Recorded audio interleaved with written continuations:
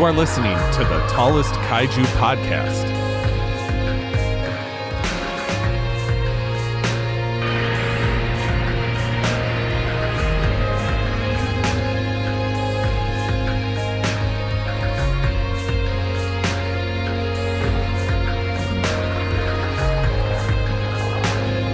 Thank you for listening to the Tallest Kaiju Podcast. In today's episode, I'm joined by Kevin Northman. Kevin Northman is a voiceover actor doing things such as commercials, e-learning videos, animated shows and movies, video games. He has amassed an incredible resume of work over the years, and he is an incredible voice actor as well. Please tune in to the end of the episode when he plugs all of the things that he needs to plug, but also look into the description of this video and please follow the links that I have presented so you could follow Kevin on social media and his projects and other projects as well. Please welcome Kevin in today's episode as we discuss Godzilla versus Megalon. All right, first things first. What was your introduction to kaiju cinema, and how has it affected your trajectory as an artist? So I think my real first introduction to kaiju would probably be the original Kong versus Godzilla. Pretty much like I would think most other guys my age. And then it kind of went on from there with obviously like the Power Rangers. Like if you were a kid in the 90s, like how do you not watch Power Rangers? You know? So it just sort of really it affected me in a way of just like, I mean, you never realize it at the time because you're just a kid, you know, but I'd be sitting there watching TV, and whether it's a commercial or a cartoon, and I'd be like mimicking it and making fun of it and just like doing voices and stuff like that. And so, I don't know. I just one day was like, I think that would be like a cool thing to do, you know, and I don't know how old I was back then, but like 30 something years later, as a 42-year-old man, I'm like getting into voice acting and doing all this fun stuff. So, it just kind of, it just really fed my nerddom. And on top of it, going to conventions and meeting all my friends who I know now, and like, just it really helped create like the community that I'm in. So. Yeah. And I think that, something that I just thought about when it comes to even Power Rangers and, the older Godzilla movies, a lot of those things, like especially the Godzilla stuff, they're dubbed. And I think as a voice actor, I feel like when you're watching like an American dub of something, there's something that I'm sure like I could see how that maybe planted some seeds in your head for later to like follow this path. Right. And even with Power Rangers, like a lot of it, I'm sure is ADR with their communicating when they're in the suits. Otherwise, it would just sound like this, right? Right. So I definitely love that through line there, Yeah. And it's funny too, because, Bryan Cranston of all people voiced one of the villains in one episode.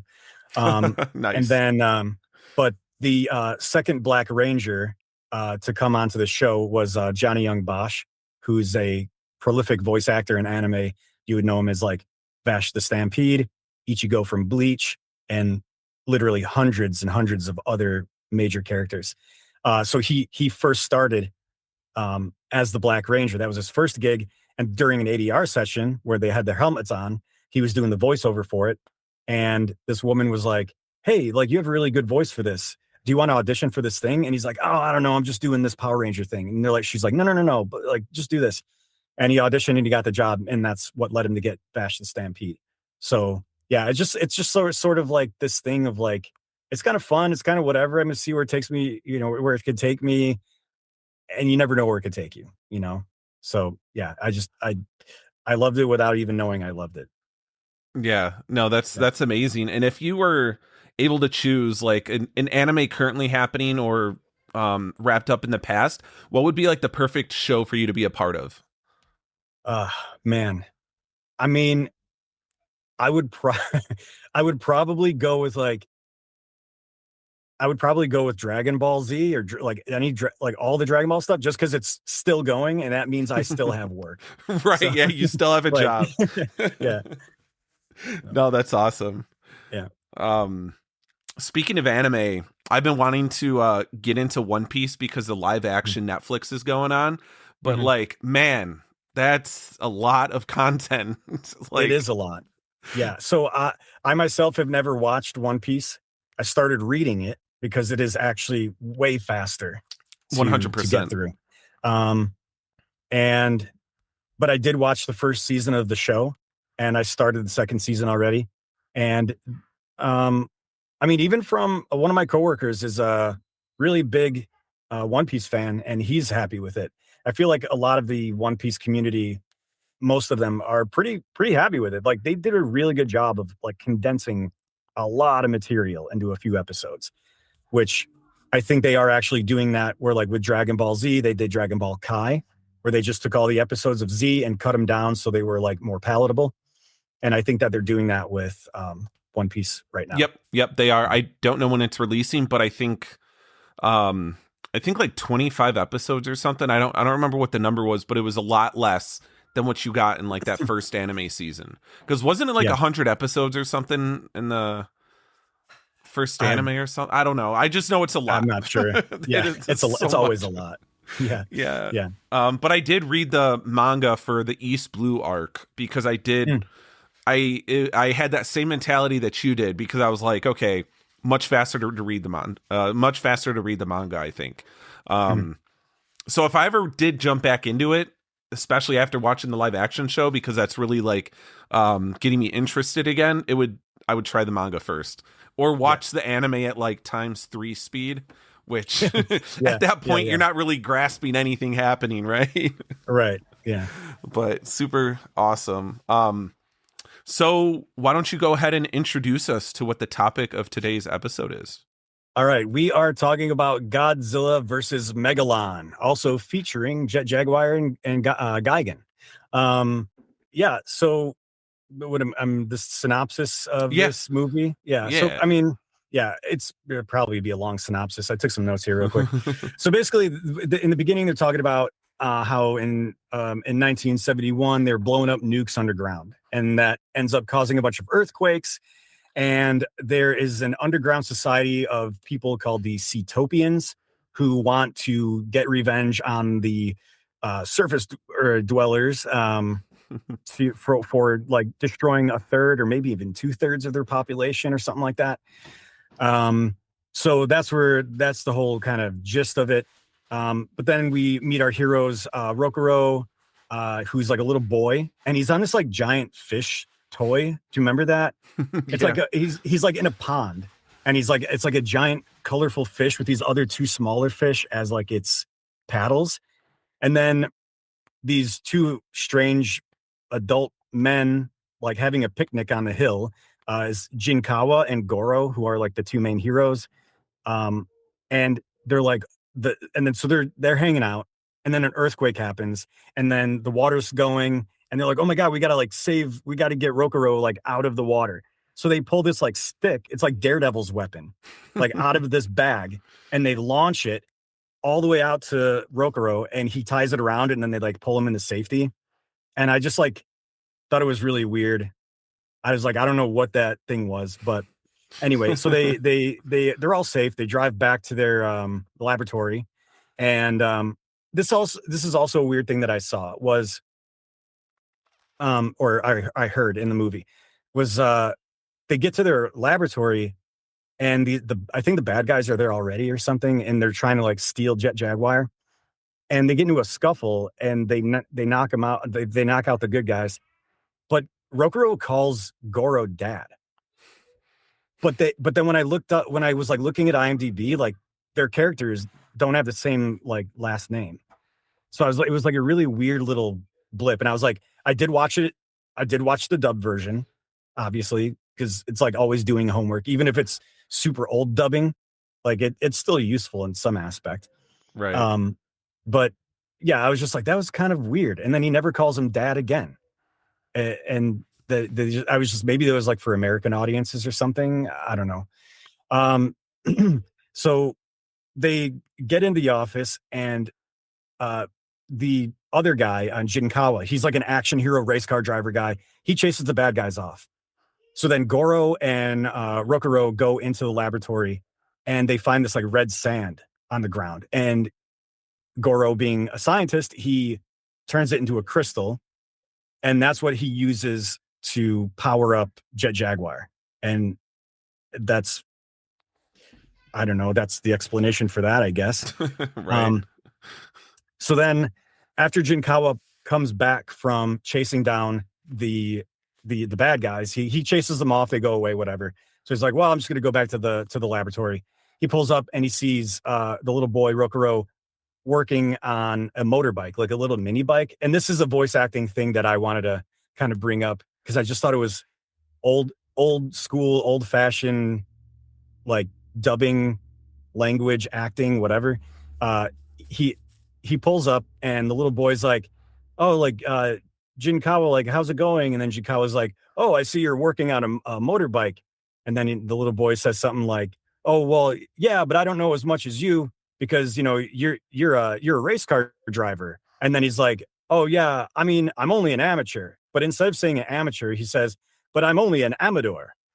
And he says amateur like really old, like it's that like 19. Amateur, something Yeah, like that. yeah, like I don't know, I just thought it was kind of funny, so I just Yeah. like noted that. So then the bad guys, they break back in, they gas the heroes, they steal Jet Jaguar, they use him to guide Megalon, I think. Eventually when Megalon shows up, they need them to guide Megalon to where they want to like destroy. So then we finally meet the Cetopians, which is really weird. They're like dancing, they're doing some sort of tribal dance, and then the king or whatever is like, "We're waging war against Earthlings for destroying a third or 2/3 or whatever it was of our population." And then he summons Megalon literally just by looking at this fissure in the rocks, being like, "Megalon, I summon you, Megalon," and then like gas and stuff is coming out. Um, and then we cut to Goro and the kid are tied up in a shipping container. They were kidnapped by the two henchmen, and um, the so you see these delivery drivers. They're driving the truck, but they don't know what's in the container. They don't know the heroes are in the container. One of the henchmen is in the car with a gun, being like, "Drive this truck. We're gonna dump this container into the water." Uh-oh. But like while they're doing that, there's like booby pics behind them. There's like nudie photos. And I was like, this is like a Godzilla movie. And I just thought it was like for kids, right? So it just kind of like took me a second to like realize that and be like, I don't know what the audience is now. Is it for kids or is it not for kids or what? So then they oh yeah, so then they come back to the laboratory, and the other henchman who has Goro, the scientist, tied up, he's like, he decides to monologue, or not Goro, he's got Jinkawa tied up. So he decides to monologue about why they're doing everything and whatever. And he goes on to brag about how the Cetopians are so far advanced, and how they built their own sun, and they built their own oxygen supply. And then Shinkawa is like, "Okay, well then, like, and why do you need Jet Jaguar?" And he's like, "Because we need robots, because you destroyed most of our civilization, and we need these robots." And he's like, "Well, then why didn't you? If you're so smart and you could build your own sun, why can't you just build a fucking robot?" And then Right. the guy's like, "Shut up! It doesn't matter." And then they just ignore that. Um, so then Jinkawa, he slips out of his ropes and he fights the dude and he escapes. And he's like, "Where are my friends?" Talking about Goro and the kid in the crate. And he's like, "Oh, they're in a truck." And then he finds the truck. So I don't know I can't remember how he found the truck, because the guy was just like, they're in a truck. There's a lot of trucks out there, man. So Yeah. a good eye on spotting the one truck that they were in.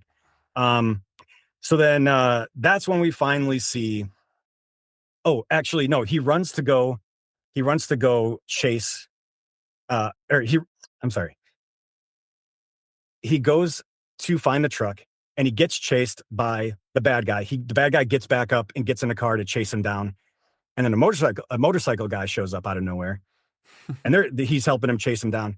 The bad guy crashes, the motorcycle guy crashes, and when the motorcycle guy crashes, there's like a rope, and he goes to like grab the rope to hoist himself up, and just like white paint comes out and just like gets all over him, and he's just like, oh, what the hell, you know? And I just, again, just like some weird little thing that I just thought was funny. Then finally we see Megalon for the first time. He's at the dam. The truck is leaning, the crate's slipping out of the truck. Megalon's there, whatever.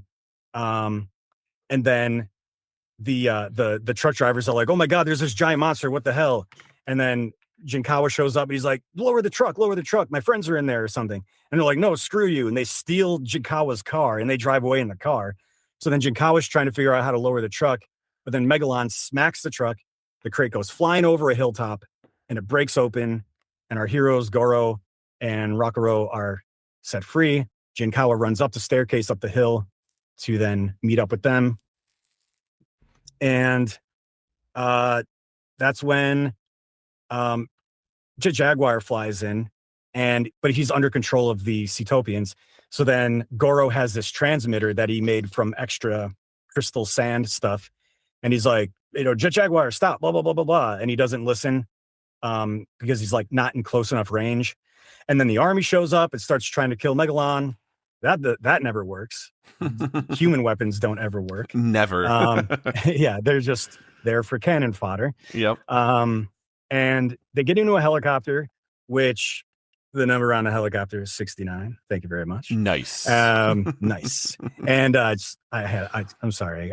I'm like a fifth grade sense of humor here. Then you're going to tell me another one said 6'7", and then oh my God.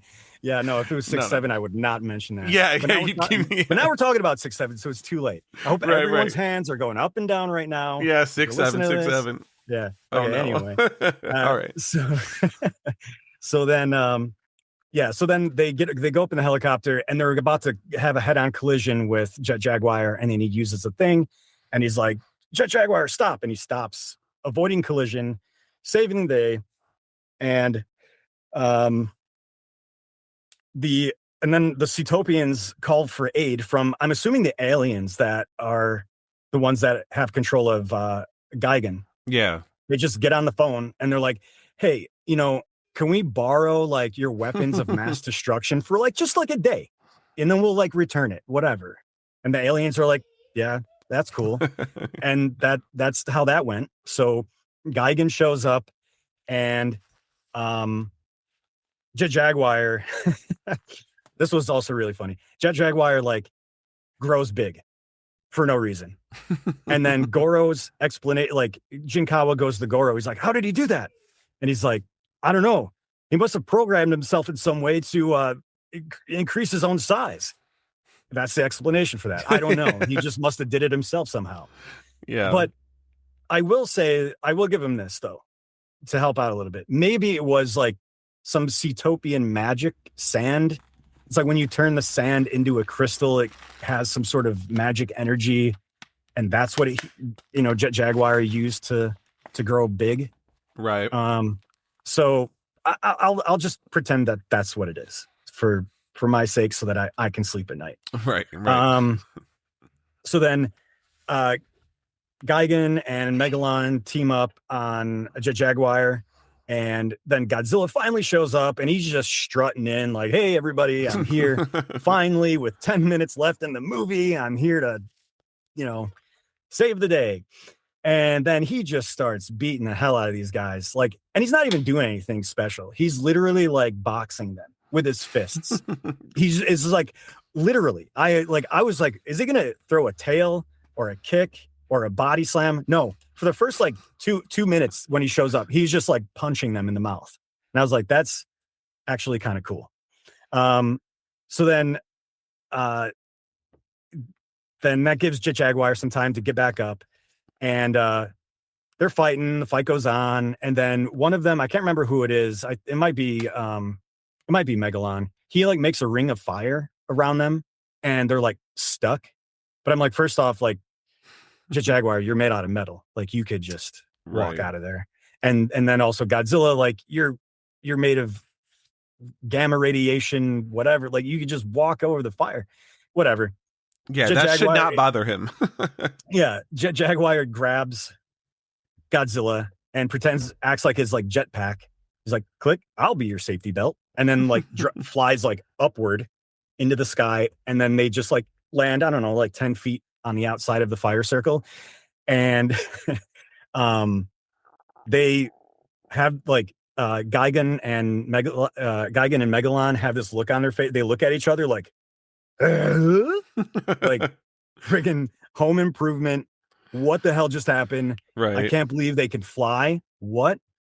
That just made me laugh because just like the way they looked. Then they do some more fighting and blah blah blah blah blah. Then finally Godzilla does his flying tail kick. Is he on his tail? Is like when he does that, is he putting his weight on his tail? I think so. I think okay. it maybe. I think like I mean, you're not going to be able to physically explain how, if we're assuming like realistic physics, Right. but yeah, I think it's like on the tail. You're talking like his, he's like sitting on his tail, and then he's like his feet are forward. He does that like 3 times right to the chest of Megalon, and then before that, Jet Jaguar had Gigan, like it was holding him back by his arms. Godzilla gives him this look, and he's just like, yeah, do it. And then Jet Jaguar is just like, got it, boss. Literally just like takes one of his arms and knees his elbow and like snaps Gigan's arm in half, like just breaks his arm. And then Godzilla goes on and does the flying kicks to Megalon, and then they both run off. And they're like, like Gigan is just like, I'm not getting paid for this. Like, this is not what I signed up for. Yeah. So he flies back to space. Megalon burrows back down into the ground, and the Cetopians are like, well, I guess that's it. We tried. Game over. And then Jet Jaguar shrinks back down. Godzilla walks back to the sea, and the heroes and Jet Jaguar, the 4 of them walk home happily ever after, and that was the end of the movie. So it is one of my favorite ones, just because it takes forever, but the fight is really awesome. Yeah, no, definitely. I think that's like the best thing about it for sure. And the charm of like the ridiculous stuff too, like Godzilla on his tail, I think is something that is going to be forever, whether in a positive or negative way, it's going to live on forever with Godzilla. Everybody is familiar with like that move. There's gifs of it all over the place. I love that. And it's so interesting that like the end of it, both of the villains escape, right? Or not escape, but they just run away, tail between their legs. Interestingly enough, Gigan ended up dying in Zone Fighter. Like, I don't know how long later, but Megalon and Ibera from Ibera Horrors of the Deep, those are the only 2 to like walk away from Godzilla still alive. And I think that's so fascinating to me. Yeah, I did not know that until like I was kind of like looking up a bit, for this episode when I was taking my notes and stuff, and I had saw that mentioned online, and I was like, now I got to watch that, because honestly, like after watching this movie again, like I know you asked me before who my favorite was, and I was like Angress, and I was like, no, I don't know, man, like Megalon's kind of dope, and Gigan's kind of dope, and I mean obviously I love Godzilla. Right. But aside from him, and people keep saying like Megalon is like a beetle or something, and I could see it. I definitely get, but he's underground, and when he comes up, he sort of has this like cicada sound to him. Mm. So to me, I don't know. For me, I was like, is he like half cicada, half beetle? I don't know. I'm just making it up, but yeah. Yeah, anyway. I the interesting thing about that is like I know the inspiration for Megalon, the look of him is like supposed to be like a Japanese rhinoceros beetle, but the inspiration for the character itself was from what's called a Gabara, a giant Hmm. mole cricket, a giant mole cricket kaiju that was conceptualized as the villain for All Monsters Attack. So it was originally going to be in that as like this giant mole cricket, but Hmm. it eventually, from there evolved to, what we got as Megalon. So I wonder, like, a mole cricket, if that's where that like sound comes from. A little Okay. bit more of that aesthetic. I Yeah. don't know if a mole cricket is a real thing. I'm not too I'm not too tuned into like what insects and bugs are out there and all that, but Right. that definitely, I would think that, it being a cricket, maybe that's where that noise comes from instead. Because like you Yeah. said, it doesn't really give you beetle vibes that much, Right. right? Right. Yeah. Um, Yeah. but And I it, always like, thought that was fascinating. yeah, that's just like a Google search away. Because now I got to look at like a mole cricket Yeah. because that just sounds like a hybrid of an insect and like a mole as we know it, like a little underground mammal. Like Yeah. Like, what yeah. if it was just that kaiju, they just called it a mole cricket because, like you said, it's a cricket coming from underground like Megalon does in this, Right. and there's not Yeah. even such thing as a mole cricket. What if it's just a cricket that we're thinking about as inspiration, Yeah. Yeah. So Yeah. fascinating. Yeah. Love that. But yeah. So yeah, with Jet Jaguar, you had said something to me about like a kids contest or something. Yeah, so Jet Jaguar was created by an elementary school kid. I don't know why I couldn't say that. During a Toho contest. Hmm. And this kid, very obviously, takes direct inspiration from Ultraman, and then Mazinger Z, which I've never heard of until I came across this information. Hmm. But I like knowing that because I think the number one thing people see with Jet Jaguar is knockoff Timu version of Ultraman, Yeah. right? Like, Yeah. but yeah, I don't know the context of that contest, but I think it's pretty cool for when companies do that, because I've seen it in other media, but they do these contests, and just imagine being this kid and creating this thing for a Godzilla film, and they actually Yeah. put it out there. I think that's pretty amazing. Yeah. Yeah. There was one that when you brought that up to me before this episode, uh, I it reminded me of this contest that I saw. I think it was in a Game Informer years ago when they were still making like the old Ratchet and Clank games, and the contest was to draw your own new weapon that Ratchet and Clank would use, and then like mail it into this PO box, and then the winner gets their weapon put into the game. And so I drew this because I draw a lot. So I drew this. I think it was like a cement mixer. So it was like a gun, like the size of like a rifle or whatever, but it had this like mini cement mixer drum on the top.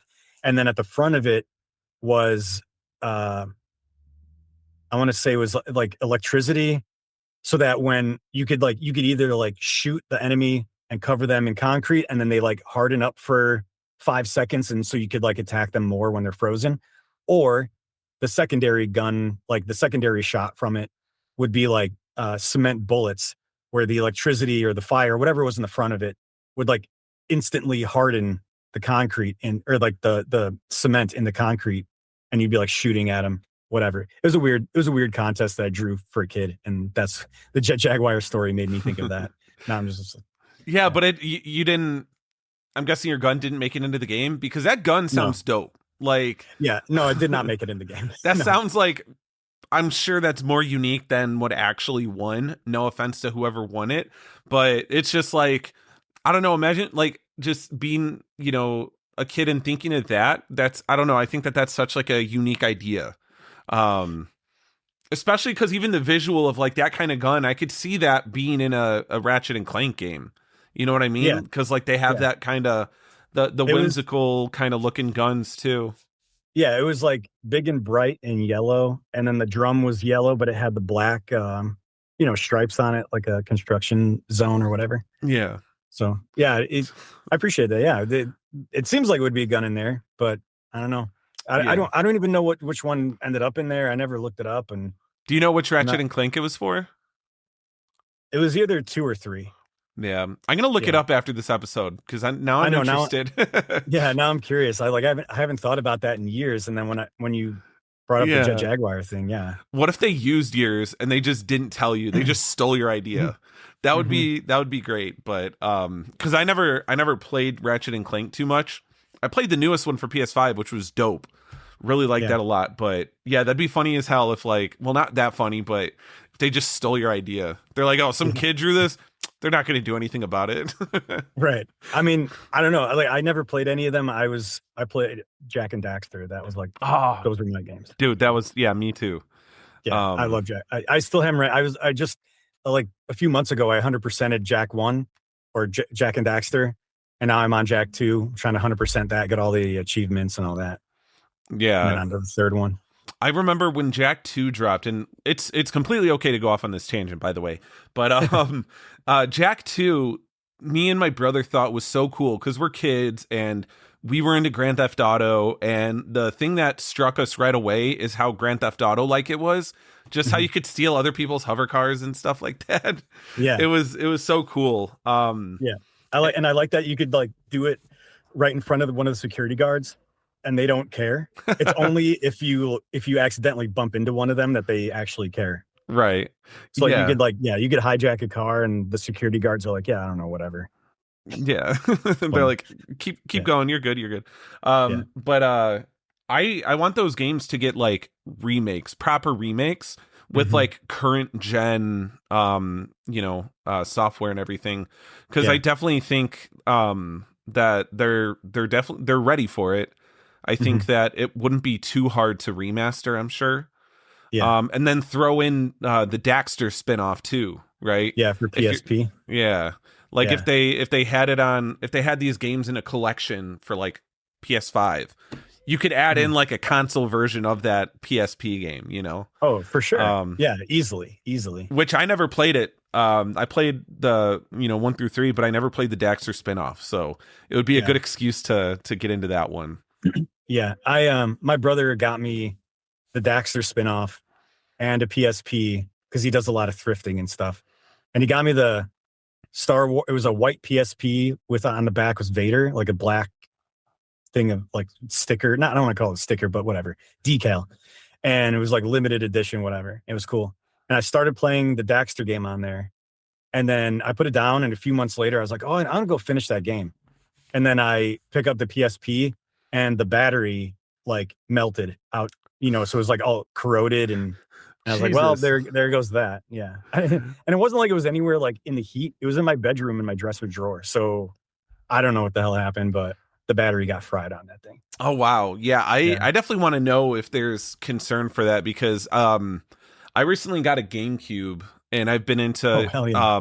and we've got a PS2 here, so I've been like slowly just kind of getting, playing games that I used to play back in the day. I have an Yeah. N64 as well, but I've been thinking about a PSP because me and my brother had a PSP, but either a cousin or a friend stole it from us, so we only got like a limited time with it. And I would love to like go back to it. So Yeah. if there's something wrong with those batteries, I want to make sure I don't screw myself over if I do get Yeah. one. Yeah. I'm sure Um, you can find them for cheap on there's an app I use called Mercari. Mercari. Yeah, there's a lot of stuff on there. Like if you ever have like figurines to sell, anime figures or anything else like that, Godzilla stuff, that you're like, I don't want this anymore. Sell it on there. People buy that stuff fast, like super fast on there. Good to know. So yeah, and they sell things on there very reasonably priced. It's a lot easier to use than eBay and other sites like that. So Yeah, I'll no. send you the link later. Yeah, thank you. Thank you. Yeah. Cuz other than that it's disc replay. Yeah. I've got a few disc replays around me. Since I'm somewhat closer to the Indiana border, there's a Mm. disc replay in Highland, Indiana that is awesome. Mm. But there's a few that, a lot of them they sell a whole bunch of consoles, Nice. including handhelds. So Yeah. maybe after our conversation, it's going to inspire me to play a PSP. Jump back into it, get Daxter. Yeah. Finally Yeah. play that one. But yeah, switching gears back to Megalon. Something that I found that was interesting was that the box office for it in Japan was like super weak. It wasn't Hmm. well received. It was on the lower side of things. But in America, in the United States, it was pretty much a hit, even critically, which I find is crazy nowadays when, most people don't consider this much of a critical darling when, you consider all the Godzilla movies. But Hmm. I read that some people were attributing this one to like the West's idea of Godzilla being like goofy fights in rubber suits, you Hmm. know. And I think the reason that if this movie really did give that perception, I think it's because of Jet Jaguar. Because like when you Yeah. see just like the monsters, people in suits, you're able to like separate a little bit. But when you see the dude doing the Ultraman thing, I think Hmm. that kind of like anybody who watches that for their first Godzilla movie, they're just going to assume like that's the standard for any Godzilla movie, you know? Yeah. Yeah. And I think Yeah. having Jet Jaguar, this is just my assumption, but I think that having Jet Jaguar is what really convinced people of that notion. Yeah. Yeah. I can definitely see that happening, especially with like his like kind of brighter color scheme. He's not this like gross looking bug who's like brown and green and like like just this like walking turd. He's like Right. he looks like he could be a superhero from the Marvel universe or the DC universe that Americans grew up with, right? Yeah. So yeah, you see, and yeah, he's in the shape of a man, not a lizard or a bug or anything else. It's like a guy. So they're like, oh yeah, this is more palatable, which is, I don't know, a little disappointing in American. Yeah. It's like, come on, man. Like, even it's like, just watch the other stuff. It's all good. It's all fun. You know? Yeah. Yeah. Yeah. They're not trying to win Oscars. Like, I mean, I know 0-1 didn't 0-1 won an Oscar last year? Minus zero Or or minus one, minus one, minus one. minus one. Sorry, I was, yeah, 2 years ago now, but 2 years ago. that Yeah. I was so happy because I adore minus one. I actually still have it here next to me. All right, this is the booklet from it, but before it was released on 4K in America, I went Yeah. on a Japanese website and I bought the 4K that they have over there. Oh yeah. Which it's not subtitled in English, but I was like, I don't care. I want to just see like Yeah. the beautiful 4K of this film on physical media. Yeah. Because I definitely love that one. Yeah. But I actually just rewatched it 2 days ago, and yeah, man. I mean, it's really good. And I love that, like, at the ending. I mean, whoever's listening to this, if you have not seen this movie yet, um, first off, go watch, like, pause it right now, go watch, and then come back to the rest of this podcast. It's really good. And I'm about to spoil some stuff. yeah, spoiler So, alert. yeah. So I just like the fact that at the end of the movie, the main character survives. hmm Right. And it felt so good, because I feel like with so many other movies, especially American movies, that it's like he's got to die in order for it to be a good movie. No, it doesn't. Like, why can't you feel good at the end of this movie? Especially with this guy who's living with this pain and this guilt of not only getting those soldiers killed on the island in the beginning when it was like Babyzilla, Yeah. but like also because he didn't do that, it ended up being thousands more when Godzilla destroys the cities. Like, imagine being that guy. That's you, like, who the hell could take that, right? Right.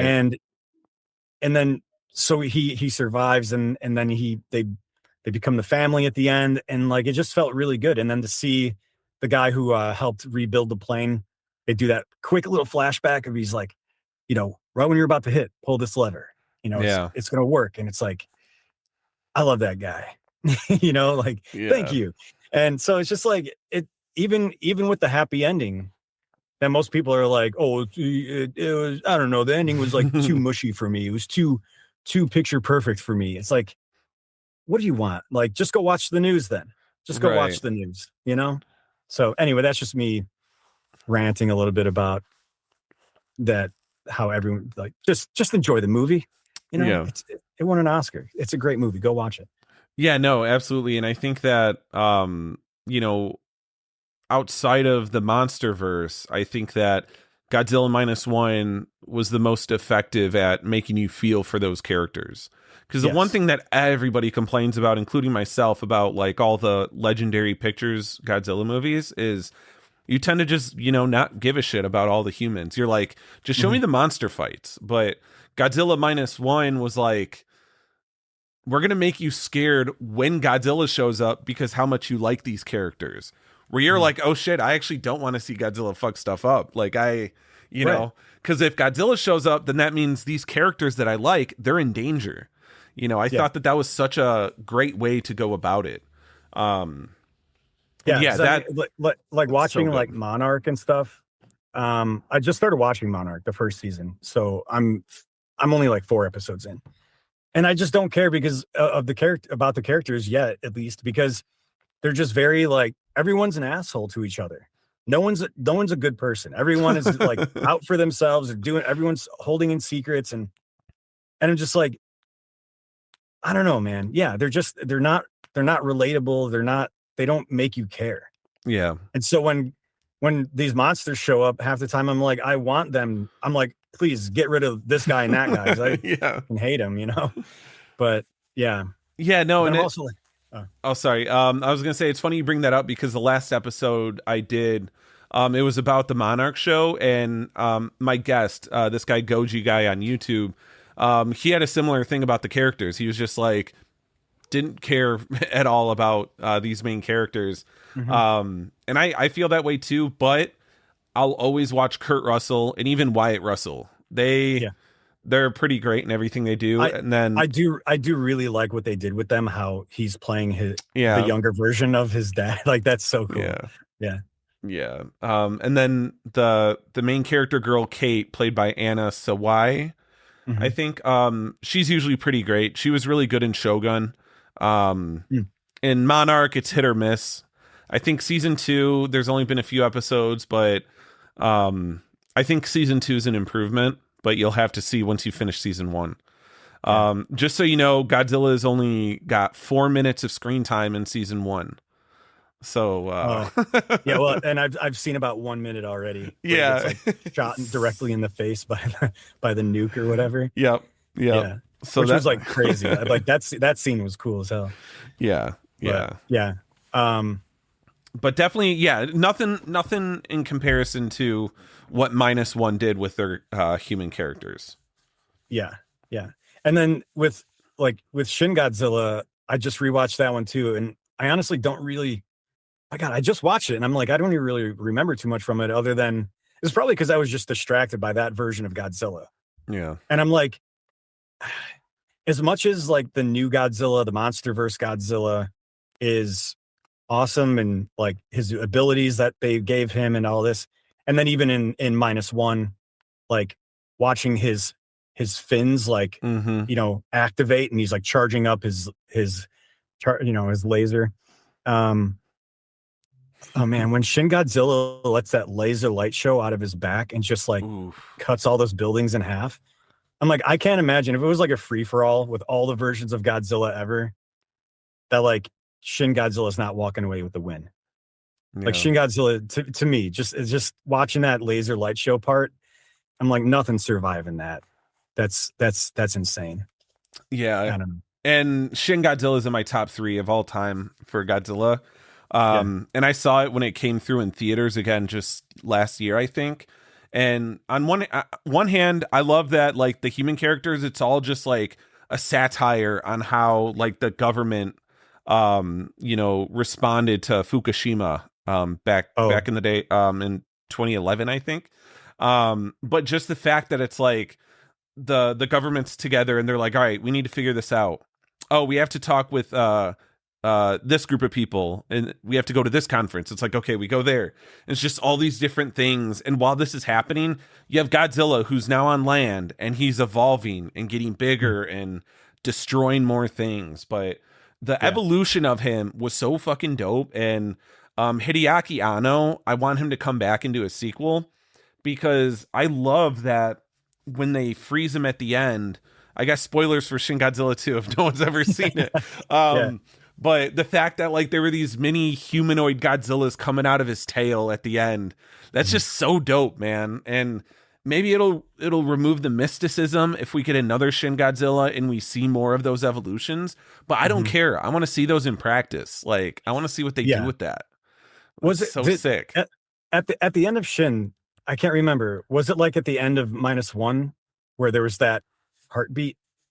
No, at the end of Shin, it was just like Godzilla froze from the inside, and it was just showing like some standard shots of Godzilla frozen. But when it Mhm. showed his tail, you saw, if you look close, you see that there were like humanoid figures kind of like sprouting from the tail.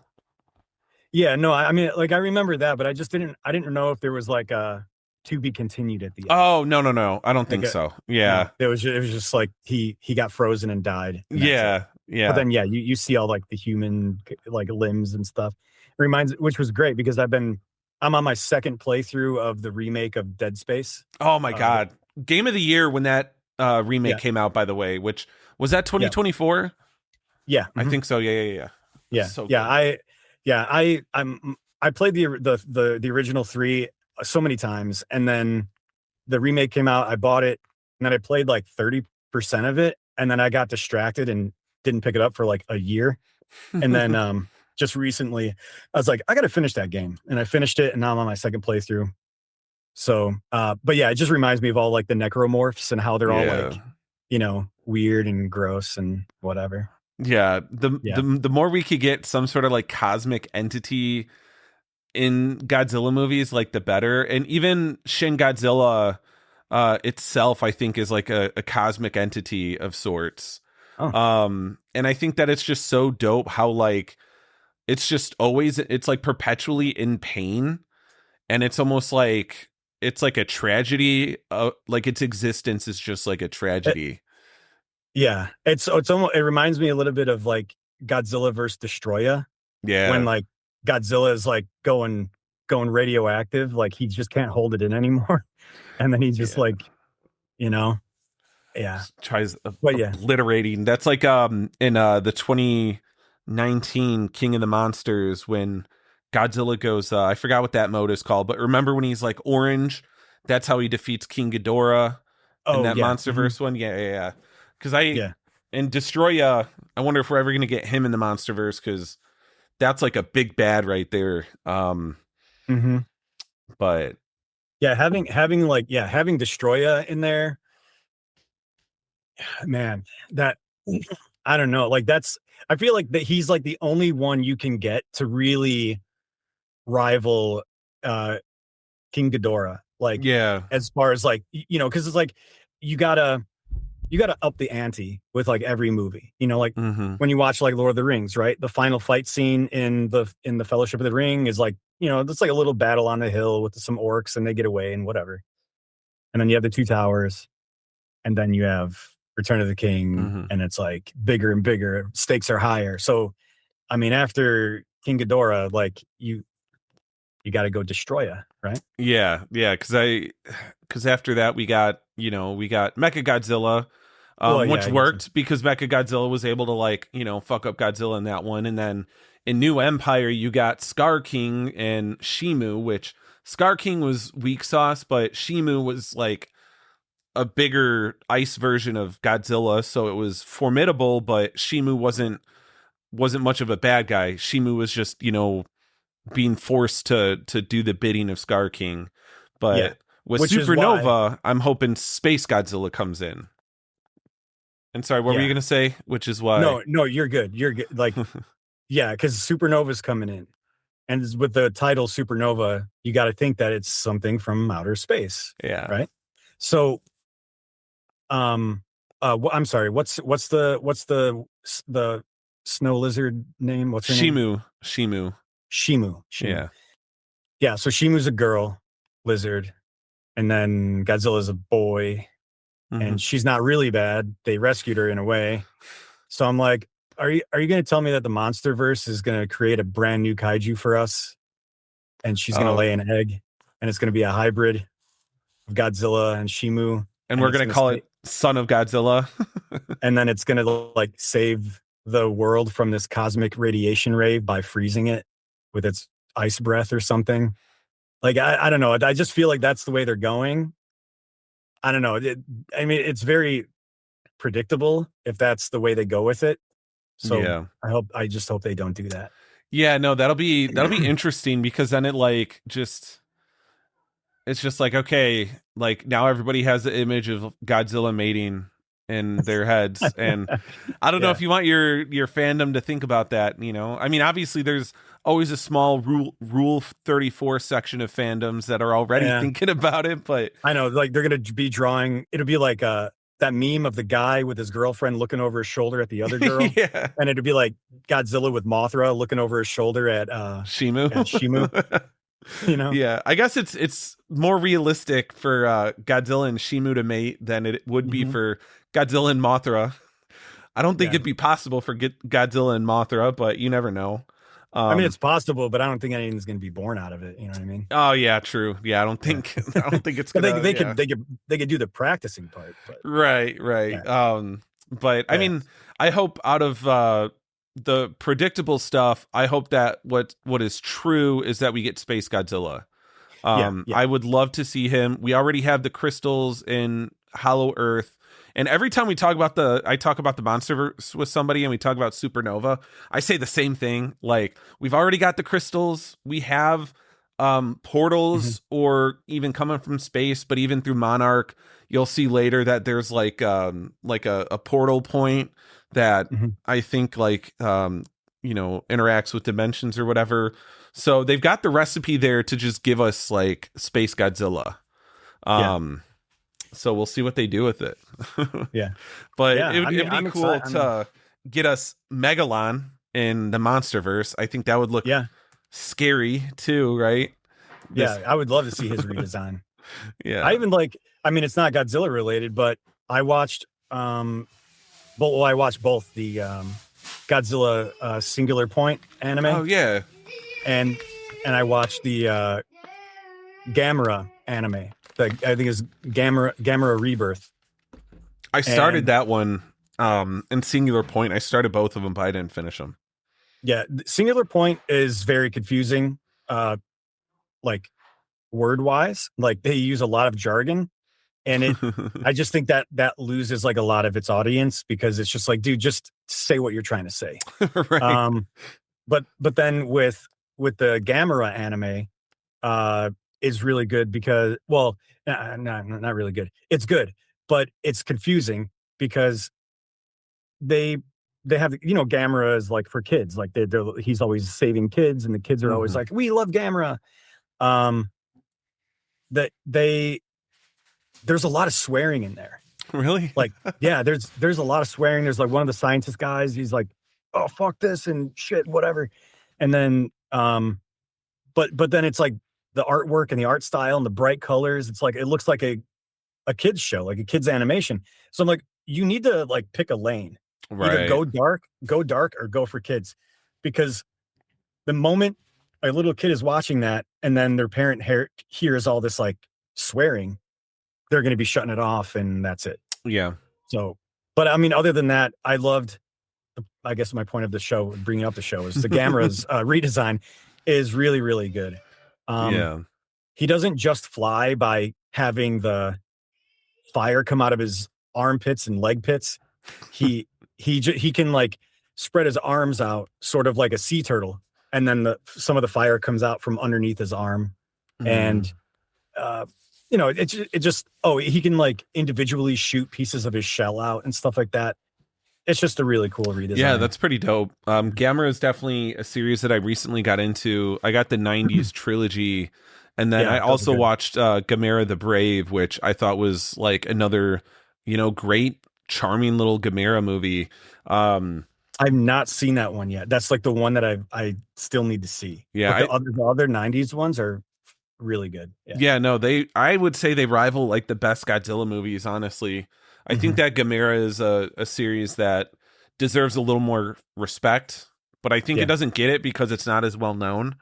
Um, Yeah, I just think it doesn't, also because of the involvement of like his relationship to children, and it's like mhm. as like a lot of adults just can't they can't get into that, where it's like, I don't Yeah. know, but yeah, like the main human is like these kids, and it's like, well, yeah, but you watch Stranger Things, like, Right. I don't Right. know. Yeah. But in the 90s movies, in the Gamera 90s movies, it's not really like a child, it's like a teenager, Yeah. right? It's like that girl that's like, I don't know, 15 or something. So it's a little bit more, watchable, if you want to call it that. But I Right. mean, I love all of them anyway, so it doesn't matter. Yeah. Well, yeah. And then going back to Singular Point, did Yeah. Megalon show up? Because I know that was Rodan in the beginning, that like pterodactyl thing. Was that supposed to be like a redesign of Rodan? Yeah. So Rodan is like the size of a regular sort of pterodactyl. Yeah. Like it's just like a whole swath of them. They're just like, there's a bunch of them. Then Jet Jaguar is in there too. His redesign, I don't like, and Yeah. he's not a giant, at least yet. I haven't watched the whole thing yet. Oh, gotcha. But he's sort of like this like short mech that's like the size of a forklift. Oh, interesting. Yeah, so because they were building him, and then the Rodan showed up, and he's fighting all these Rodan, and then you said, did Megalon show up? Yeah, is Megalon? Well, I guess if you haven't finished it, but there's one that showed up recently, but it was not.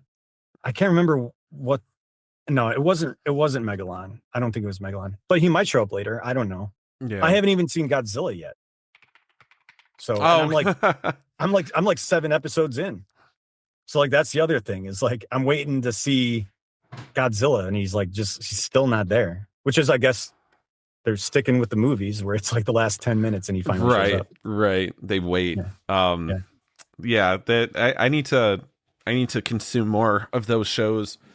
Even Pacific Rim the Black, I think it's called. That's another series that's on Netflix that is way better than the second Pacific Rim movie, because I did not like that one that much at all.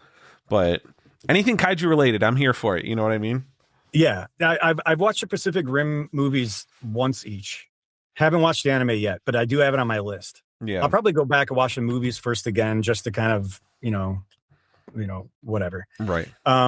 My thing is, though, is like, I like kaiju. I like monsters. I like meat and bone and muscle and blood. Right. I don't like giant robots. Oh, because it's just the way my brain works, even as a kid growing up. Like my dad was a mechanic, and he used to work on any type of machinery, really. But we'd always have cars at the house. He'd be working on those. And so I know that if 2 cars going at like even 100 miles an hour hit head first, that's it. They're not moving anywhere. They're both out of order. So when you have space robots like in Gundam and stuff punching each other at like 500 miles an hour, and they just keep going for a while, and they don't immediately just like shut down, it's like, even though it's giant robots fighting and giant monsters fighting, just that aspect of it takes me out of the story. That's when you get into like the type of steel that is used and like all this tech that makes them durable, right? But it's not even about the steel. It's about the hydraulic hoses. Yeah. And the little like, solenoids that are in there. It's like any of those cracks, a fuse breaks, when that fuse pops, that pinky finger ain't working anymore. Yeah. Which I love that thinking, because I do appreciate seeing more stuff like that in that type of sci-fi, when like you have some big fantastical things like that, and then an issue comes up, like there's a hydraulic leak, so they can't use it to its like ability, right? But that's what I do appreciate about Pacific Rim, because I feel like Pacific Rim, that was the case. Yeah. They would punch each other a couple times, and they're like, well, I hit the guy in the mouth, but now my arm's broken. Yep. So it's like that's why that's one aspect of it that I liked. Yeah. No, that's great. Switching gears back to the OG Megalon. I just had a couple more points, and then we could switch to you getting to plug some of your stuff here. But something that I love finding out about these movies, which I didn't realize until looking up stuff when I was doing a podcast about them, but they very much like to use stock footage from other movies that they've made. And with Megalon versus Godzilla, the first thing I noticed was the ray beam is animated in the same way as King Ghidorah's gravity beams. And Mm. they made this was made to ensure that the stock footage from Ghidorah's movies could easily be interspliced between shots of Megalon firing his beam. I love that because, like I said, they reuse shit all the time, which I think Hmm. is like super efficient in a way. And then even the destruction of the buildings, which begin at 50 minutes in the film, is a reuse of film from Godzilla versus Gigan, which I'm sure Oh, that was easier to intersplice too, because who shows up in this one? Gigan shows up again. right. So And I but love that. he's not in any of those reuse scenes though. It's just the buildings, right? Right. Yeah. I think so. Because I would Yeah, be like yeah, that would have been a good excuse for them to use Gigan old footage of Gigan himself too. yeah. By But just, I think but the design was different actually. Now that I think about it, they unless they use the same suit here and then for Zone Fighter they changed it. mm. I'd have to look that up, but I mean, yeah, regardless, so props to Toho for, being, fiscally responsible by cutting corners where they can. Yeah, which it's kind of funny too, because like, so in the beginning, when Megalon shows up for the first time, he comes out from underground and he's by this dam, and there's like all the water and stuff, and the army's coming out to shoot at him. There's like scenes where it's like literal army tanks and jeeps and army jeeps and with real people driving them like in the dirt road and all this, and then it'll cut to another scene from a different angle of them driving, but then it's like the toys, like the little Yeah. models.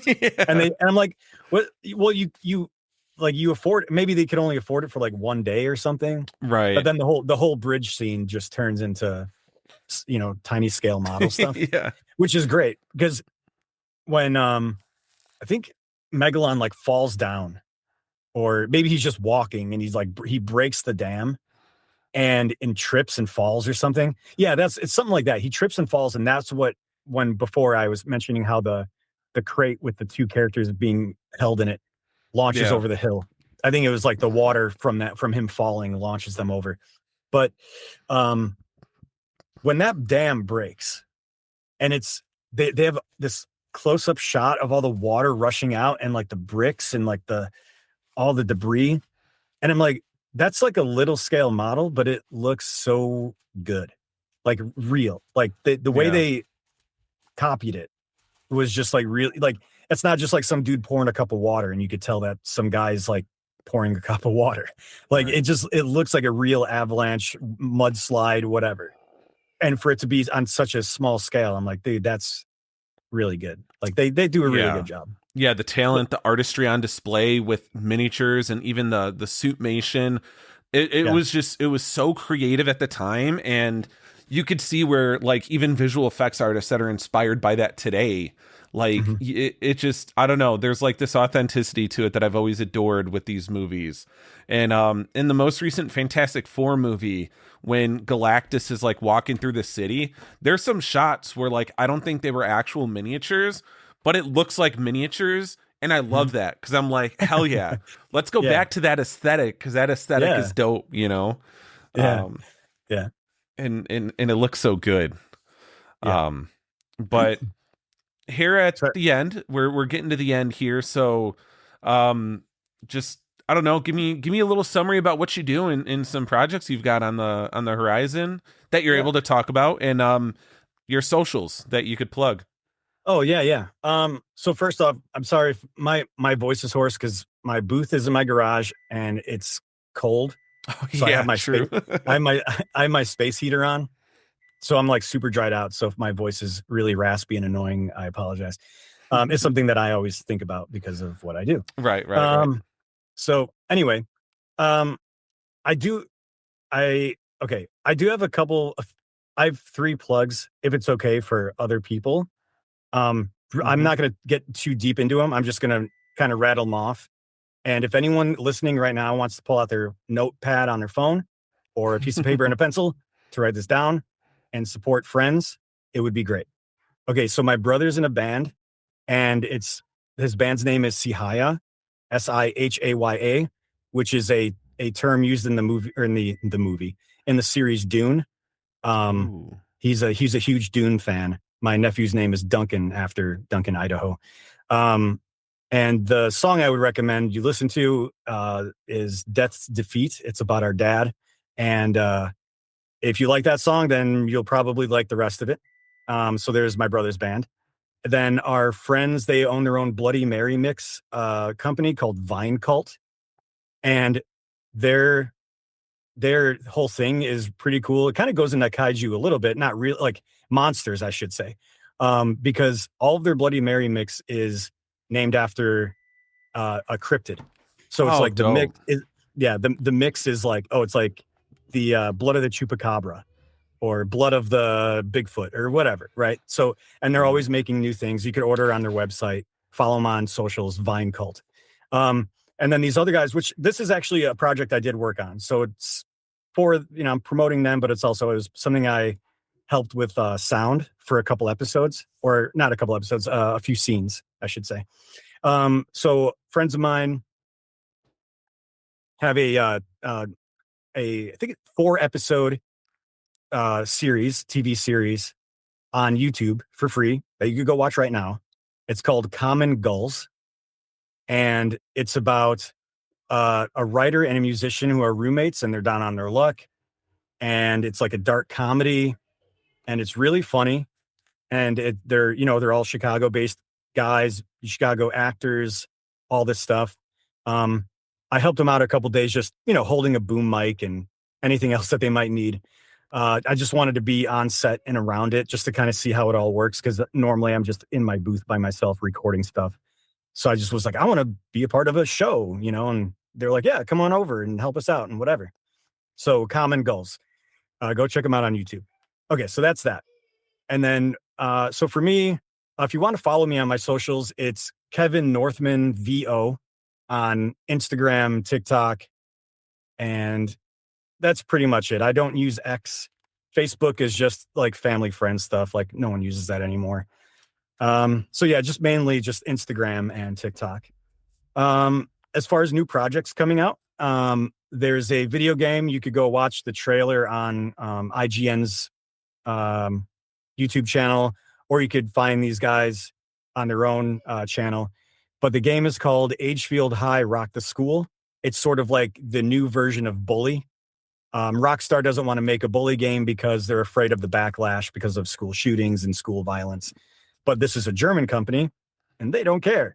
So they are like, we're going to make a game where it takes place in 2002, pop punk aesthetic, and you play as this kid Sam, and you ride your bike around town doing missions, and you're trying to get this girl that you like to go to prom with you, and hilarity ensues and whatever. Another one that's out now that you could go watch on YouTube for free. It's called Nova Stars AC. I'm in episode 2. My character's name is Frost. He's the king of the ice planet. And you should go support them, because if you are into voice acting and you like anime, there's a bunch of big anime voice actors in this, including the original voice actor for Frieza, Chris Sabat, who is the voice of Vegeta, Piccolo, pretty much like more than half of the Dragon Ball universe. And Bryce Papenbrook is also in it, which his character is my son. So in episode 2, in the very beginning, the first 2 minutes of it, him and I are in a scene together. And I didn't know that until after I recorded my part. And then when I found out, I went nuts. I was like, oh my God, this is insane that I'm acting with Bryce Papenbrook. And if you don't know who Bryce Papenbrook is, he is the voice of Inosuke from Demon Slayer. He is the voice of Eren Yeager from Attack on Titan. He is Cat Noir from Miraculous Miss Ladybug, and Meliodas from Seven Deadly Sins, and many, many, many, many, many more. I'm also in a podcast, season 5, episodes 1 and 2 of Grim Grimmer Grimmest, and I play the oldest son. And it's a storytelling podcast for kids, and they tell stories from the Brothers Grimm, but they have voice actors come in to portray the characters. So there's that. And another one that you could wish list now on Steam is called Project RAZE, RAZE. It's a first-person shooter, and it's about this girl whose consciousness gets put into a robot body, and she's trying to break out of the facility. and then kill the mastermind AI robot hive mind thing. And it looks really awesome. I voice a mini boss in the game. And I don't know when the release date is on that, but you could just keep an eye on it. It's Project RAZE, RAZE. And yeah, I think that's pretty much it. I mean, as far as like the Agefield High game, this is the third game I've worked on with this company. You could check out Gray Hill Incident and Vacant's Mine. Gray Hill is on Xbox, PlayStation, and Steam. Vacant's Mine is on Steam. And yeah. Hell yeah. Hell yeah. Love all that. I might ask you to just email me a link to everything that you mentioned. I will do that. And then I could include it in the description, which will be great. But perfect, man. I really appreciate you coming on. Love the work that you do, and I'll continue to be a supporter. Can't wait to see what's coming, and yeah, it was great having you on here, man. Yeah, man. Anytime.